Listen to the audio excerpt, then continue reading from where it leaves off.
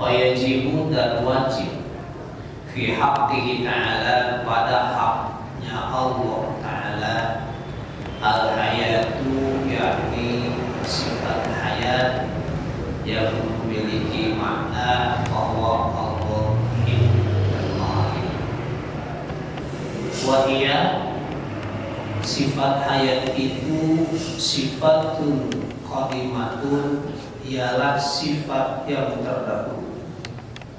Artinya hayatnya Allah atau hayatullah itu dari dulu dan tidak dimulai dengan hayat yang lain. Begitupun qaimatun, yakni sifat yang tetap keberadaannya bidzatihi ta'ala, pada zatnya Allah Ta'ala.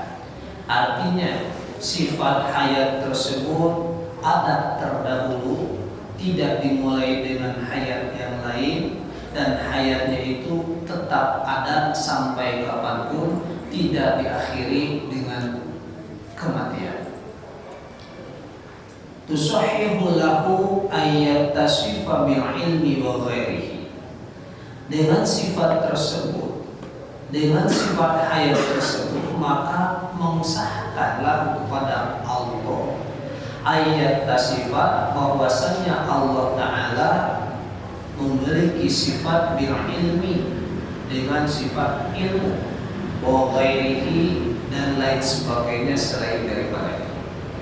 Artinya ketika Allah hayat, memiliki sifat hayat, maka sifat tersebut mengesahkan atau mengesahkan bahwa Allah memiliki sifat-sifat yang lain. Sebaliknya, apabila Allah tidak hayat, maka tidak akan ada atau Allah tidak mempunyai sifat-sifat yang lain, dan Allah tidak alim, tidak mengetahui.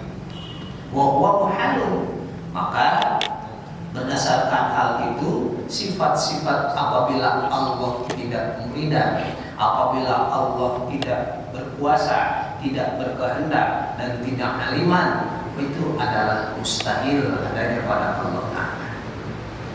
Hadirin yang dirahmati Allah Ta'ala, sengaja saya membuat sebuah catatan mungkin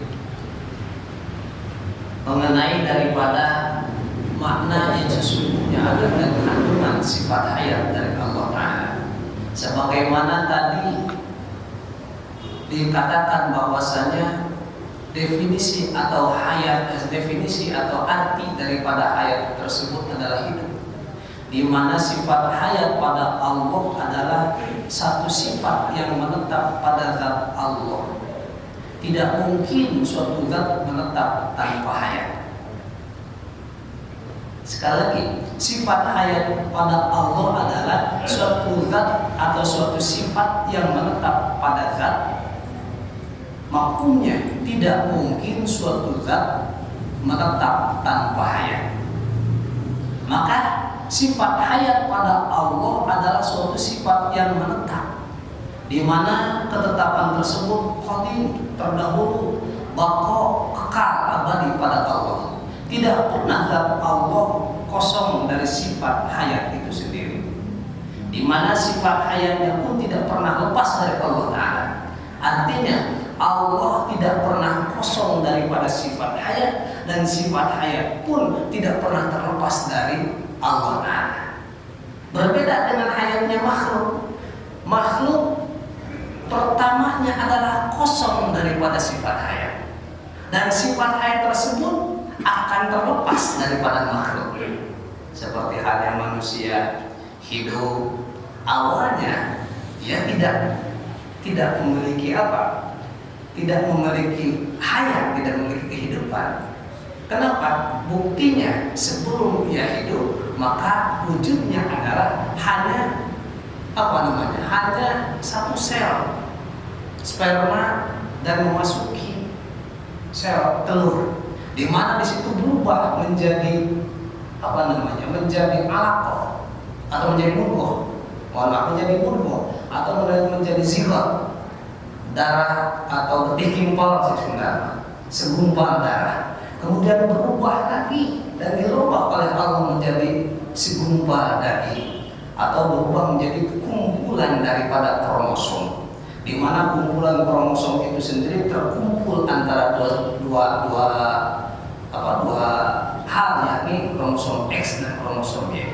Apabila lebih banyak kromosom Y, maka cenderung akan menjadi makhluk Allah, manusia, wujud manusia dengan jenis kelamin laki-laki. Ataupun lebih banyak kromosom X, maka cenderung akan menjadi wujud manusia yang berjenis kelamin perempuan. Itu menurut daripada ilmu biologi. Hubungannya dengan sifat hayat tersebut bagaimana?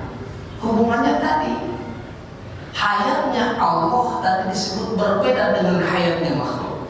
Sebab hayatnya Allah bukan dengan nyawa, berbeda dengan makhluk. Kalau makhluk hayatnya itu dengan nyawa. Kita manusia dikatakan hidup sebab masih ada, sebab di dalamnya ada nyawa. Dan tidak ada satupun orang yang tahu nyawa kita berada di mana. Apakah di kepala, apakah di perut, apakah di dada, apakah di kaki, ataukah di tangan, ataukah di mana? Tidak ada yang tahu. Jangankan ketika kita berpikir Aina Allah, di mana Allah? Walaupun dalam Al-Quran Ar-Rahman Al-Arsyus Istawa, itu kan disebutkan. Jangankan kita berpikir di mana Allah. Ada yang menjawab di atas arah sesuai dengan Al-Quran surah Al-Waqiah. Berpikir tentang ruh manusia saja yang ada dalamnya saja. Dia di mana? Apakah di kepala atau di mana? Memikirkan hayatnya manusia saja, manusia sudah tidak akal manusia tidak mampu untuk mencapai. Kembali pada bahasa. Begitupun hayatnya Allah bukan dengan paru-paru seperti halnya manusia. Dikatakan hidup karena masih bernafas dengan paru-paru. Gitu ya. Dan begitupun bukan dengan basahnya seperti kayu. Kayu apabila basah berarti kayu tersebut masih hidup. Ketika kayu sudah mengering, maka kayu itu pertanda bahwa kayu itu mati. Ataupun bukan pula dengan kerasnya seperti batu. Batu ketika dilihat wujudnya adalah jamadat. Jamadat berarti benda yang keras. Hidupnya batu, hayatnya batu, ya dengan apa? Dengan wujudnya bagaimana? Keras. Dan lain sebagainya. Maka dengan sifat hayat tersebut, taksis artinya mengesahkan adanya sifat-sifat yang lain pada Allah Ta'ala. Seperti ayat tadi disebutkan sifat ilmu, kemudian sifat apa lagi? Sifat bahwa Allah berkuasa, bahwa Allah berkehendak. Sebab apabila Allah tidak hayat disebutkan tadi, maka Allah tidak akan mempunyai sifat-sifat yang lain. Karena sifat hayat adalah wajib menurut akal adanya pada Allah, maka mustahil Allah tidak hayat. Mana petunjuk bahwa Allah memiliki sifat hayat? Adapun dalil atau petunjuk atau hal yang menunjukkan bahwa Allah memiliki sifat hayat itu ada dua petunjuk. Pertama, dalil akli, yakni petunjuk akal, di mana akal origin manusia berpikir, akal pikiran manusia berpikir, di mana dalil akli sifat hayat pada Allah adalah adanya alam ini beserta keteraturannya. Akal manusia hanya mampu mencapai bahwa tidak mungkin alam ini ada dan alam ini teratur apabila tidak ada yang menciptakan dan tidak ada yang mengaturnya. Seperti halnya bumi ada atau terjadinya siang dan malam, itu keteraturan alam atau keteraturan di bumi yang diciptakan oleh Allah. Sehingga tadi disebutkan apabila Allah tidak hayat, maka pastilah Allah maut, artinya mati. Dan apabila Allah mati, maka Allah bukanlah zat yang berkuasa, berkehendak dan mengetahui. Dengan demikian mustahil bagi Allah bersifat maut atau mati. Sebab telah tersaksi oleh kita keseluruhan kekuasaan Allah di alam ini. Itu menurut pandangan akal manusia. Kemudian yang kedua, petunjuk hukum syara atau dalil akli, di mana dalam mukadimah dan disebutkan petunjuk atau dalil nakli daripada sifat hayatnya Allah adalah pada ayat yang populer yang sering kita baca, yakni ayat kursi surat Al-Quran surah Al-Baqarah ayat 255 yang dimana Allah berfirman, Allahu la ilaha illa huwal hayyul qayyum. Allah tidak ada Tuhan selain Dia. Al-hayyul qayyum, yakni zat yang maha hidup. Al-qayyum lagi terus menerus mengurus makhluknya. Bukti daripada Allah terus menerus atau istimroriyah. Istimroriyah itu terus menerus berkelanjutan dalam mengurus makhluknya. Buktinya adalah sambungan ayat tersebut, la ta'khudhuhu sinatu wala naum, di mana Allah tidak pernah mengantuk dan pula tidak pernah tidur. Berbeda dengan makhluk. Itu dalil yang menunjukkan sifat hayat tersebut. Kemudian bagaimana pandangan hukum syara kepada kita atas sifat hayatnya Allah Ta'ala? Pandangan hukum syara terhadap sifat hayat pada Allah adalah Allah mewajibkan kepada seluruh mukallaf atau orang yang baligh dan berakal untuk mengiktikankan atau meyakinkan bahwa Allah memiliki sifat hayat, artinya hidup, dengan ketentuan sah imannya seseorang dan mendapatkan pahala apabila ia meyakininya. Sebaliknya, tidak sah imannya seseorang dan mendapatkan azab bagi yang tidak meyakininya.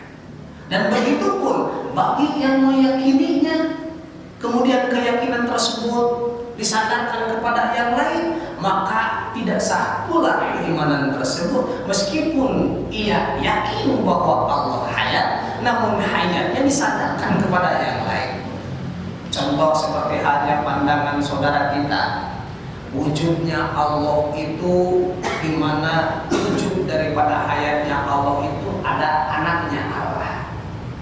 Nah ini dia yakin akan hayatnya Allah, namun disandarkan kepada wujud hayatnya Allah itu dengan hayatnya makhluk yang diyakini bahwa ini adalah putranya Allah. Gitu. Kemudian hukum syara menganjurkan kepada seluruh mukminin agar kita sekalian dapat meresapkan dalam jiwa kita bahwa hanya Allah yang hidup sejati, hayyul qayyum, dan menganjurkan menjiwai bahwa seluruh alam adalah fana, artinya rusak, sehingga akan timbul dalam hati kita untuk tidak memerlukan sesuatu yang akan rusak. Dan merasa jelaslah pertemuan hati kita dengan zat Allah yang hidupnya tidak ada permulaan dan pula tidak ada akhirnya. Sehingga senantiasa kita mengikrarkan dalam lantunan baik doa-doa kita, ya hayyu ya qayyum ya dzal jalali wal ikram ya hannan ya mannan ya dzal qawli ya mujib. Wahai zat yang maha hidup, wahai zat yang maha berdiri sendiri, ya dzal jalali wal ikram, zat yang mempunyai keagungan dan kemuliaan, ya hannan ya mannan, zat yang memberi karunia, ya mannan, wahai zat yang menangguhkan siksaan, ya dzal qawli ya mujib, wahai zat yang mengabulkan segala permohonan hamba. Maka ketika kita menjiwai daripada sifat hayat tersebut, kita tidak akan lengah dalam lantunan doa-doa kita dalam baik-baiknya selalu disandingkan dengan asma Allah yang agung. Dan begitu pun sifat hayat tersebut adalah termasuk ke dalam asmaul husna atau nama-nama yang baik dari Allah Taala, di mana termaktub dalam Quran surah Al-A'raf ayat 180, walillahil asmaul husna fad'uhu biha. Dan bagi Allah al-asmaul husna memiliki nama-nama yang baik, fad'uhu biha, maka bermohonlah kepadanya dengan menyebut asmaul husna. husna, yang salah satunya adalah ya hayyu ya qayyum ya dzal syadid. Seperti ada dalam sebuah zikir, di mana zikir tersebut terdapat dalam zikir istighosah, al-maghfirah dan yang lainnya.